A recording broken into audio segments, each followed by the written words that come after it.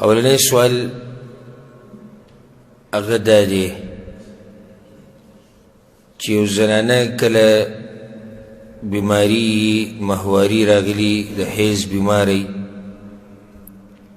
نو دا د سحر او د ماښام د اذکار ویلی شي او که نه ځکه چې وایي دې کې بعض قرآني ایتونه راځي اذکارو کې الجواب حیضه زنانه چې ده هغه د سحر ماښام اذکار ویلی شي هېڅ حرج پکې نشته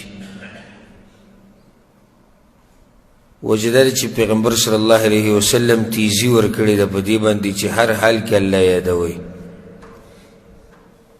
او د پیغمبر هم دا طریقه و چې هر حال کې به الله یادو نو دې کې څه حرج نشته اگر که په دې اذکارو کې قرآني آیات راځي یا سورتونه پکې راځي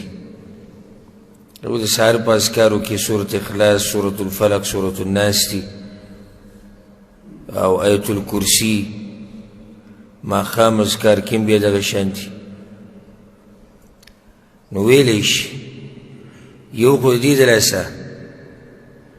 چې کله انسان اذکارو کې یو آیت راشي وایي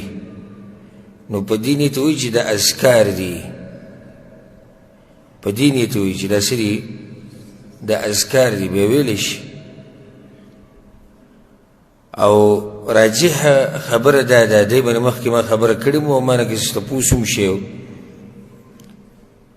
راجحه خبره دا ده چې حایضه زنانه د قرآن تلاوت هم کولی شي بغیر د قرآن سره د لاس لګولو نه ځکه چې په دې صحیح دلیل نشتی چې د حیض په دوران کې به تلاوت نه کوي دویمه ده چې د حیض ورځې ډېري او دې د لاسه خو یو زنانه ده استاذه ده یا قرآن مراجعه کوي قرآن تیریږي ګردان کوي خپل نو ولې د تلاوت نه منع کړی شوې ده درېیمه ده چې د حیض د دې په لاس کې خو نه دی اوس د جنابت په حالت کې یو سړی ورته ویلی شي قرآن مه وایه ولم به بیا وایه قرآن خو حیض خو د زنانه په لاس کې نه دی کیدای شي 7 ورځې کیدای شي 8 کیدای شي ډېر کیدای شي لږ حاصل د جواب دا شو چې حیض زنانه د سحر ماښام اذکار کولی شي دې کې څه حرج نشتی والله اعلم